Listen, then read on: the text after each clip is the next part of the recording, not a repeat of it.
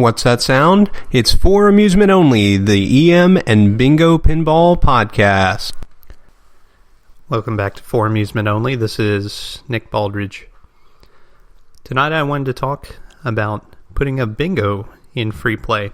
This is something I've avoided. There's actually only two different methods for EM bingos to put them on free play. And it's relatively straightforward. Let's start with the easy method. And for Bally, this is for games before Sea Island. And for United, this will cover the entire range. Essentially, you need to take a jumper and put it between the leaf on the red button that provides voltage for when the switch closes, and the portion of the coin switch that is normally open. And so when you push the red button, it makes contact and closes the normally open. Now, this will allow you to play your red button, and it'll also allow you to play your yellow button if it exists. So, how do you tell which leaf is the one that applies voltage?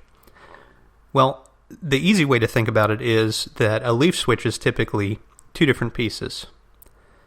There's the piece that is actuated, so the piece that's actually pushed in when you push the button, and then there's the receiving side. Well, the receiving side is the one that's just sitting there waiting, and if you think about voltage, what it is the potential to conduct electricity.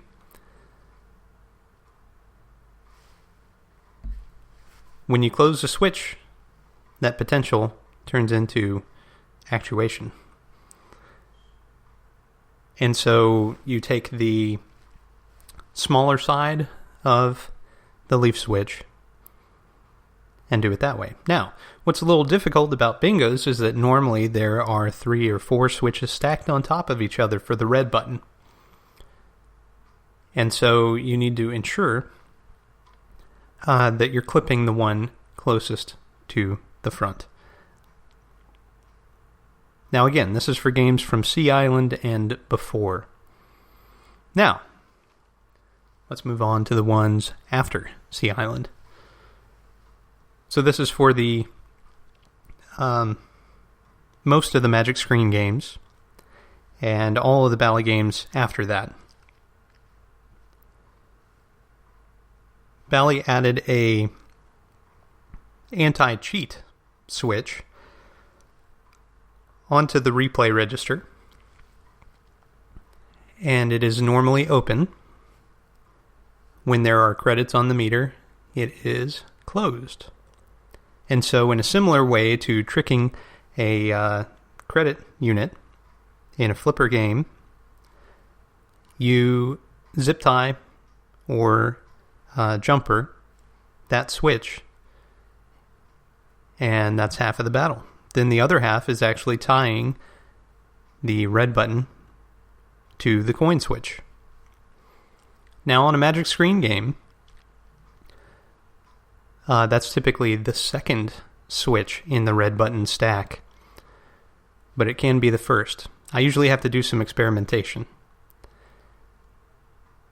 And what I do, because a lot of things carry not 120 volts, but they do carry 50 volts on the coin door, is I turn the game off and then apply my jumper. I usually have an alligator clip jumper, and clip it on to what I think is the appropriate switch tab, and then turn the machine on. If the machine immediately goes into search and just continuously searches like you got a stuck coin switch, then you've got it clamped onto the wrong lug of the coin switch.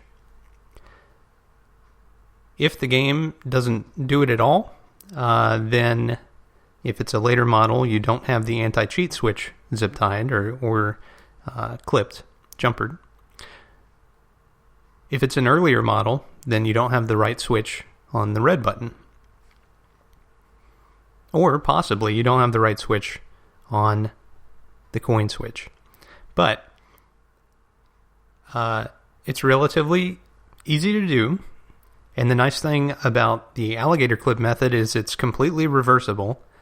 All I do if I want to set it back to straight up coin is to unhook one end of the alligator clip, and that's it. Now, the nice thing about the free play on the bingos is it doesn't prevent you from putting in money. In fact, quite the opposite. All we're doing is tricking the circuit which normally accepts coins, the start circuit, into thinking that a coin has dropped when you push that button. So conceptually, when you think about it that way, if a coin were to make its way down the chute and trip the coin switch, what would be different? Nothing at all. The only issue with just leaving it connected is if you have a game with pick and play. Or if you go into extra ball mode, but we'll get there in a minute. So if you have a game with pick and play, that's the red, green, and blue buttons, and sometimes white, on the front of the bingo. In order to put it into those different modes, you have to push the button first. The machine will click, and it'll show a different color highlighted on the back glass, waiting for you to put your money in. Well, on your first press, because it's on free play, it's actually going to search for that particular thing. So if you push blue, it would search for an increase in odds. You basically get a freebie before you start pumping in money. Same with the extra ball. On the initial press, what that does is it trips the extra ball trip 1 and 2 inside and waits for you to put in your money. Basically, it sets it into extra ball mode. But if you have it in free play, it's going to search immediately as well, because it thinks, again, that you've dropped a coin in immediately on the button press. So, I tend to like having my games on coin. At the moment, all of the bingos are still on free play in my house. I'm kind of still working my way back from York and the big move. So right now I'm just enjoying playing the games, and I'm not really betting against myself on them. But I will get back to that certainly soon, as soon as I finish, likely, what I'm working on now, which is shopping at the bounty. Then I have some other minor tweaks to do to some of the other games, but yeah, I prefer coin play. But the nice thing is, all I do, again, is I unhook one of the alligator clip leads, and you're done. Well, that's all for tonight. Thank you very much for joining me. My name again is Nick Baldridge. You can reach me at foramusementonlypodcast@gmail.com, or you can call me on the Bingos line. That's 724-BINGOS1, 724-246-4671. You can listen to us on iTunes, Stitcher, Pocket Casts via RSS, on Facebook, on Twitter at Bingo Podcast. You can follow me on Instagram at nbaldridge. You can listen to us on Google Play Music.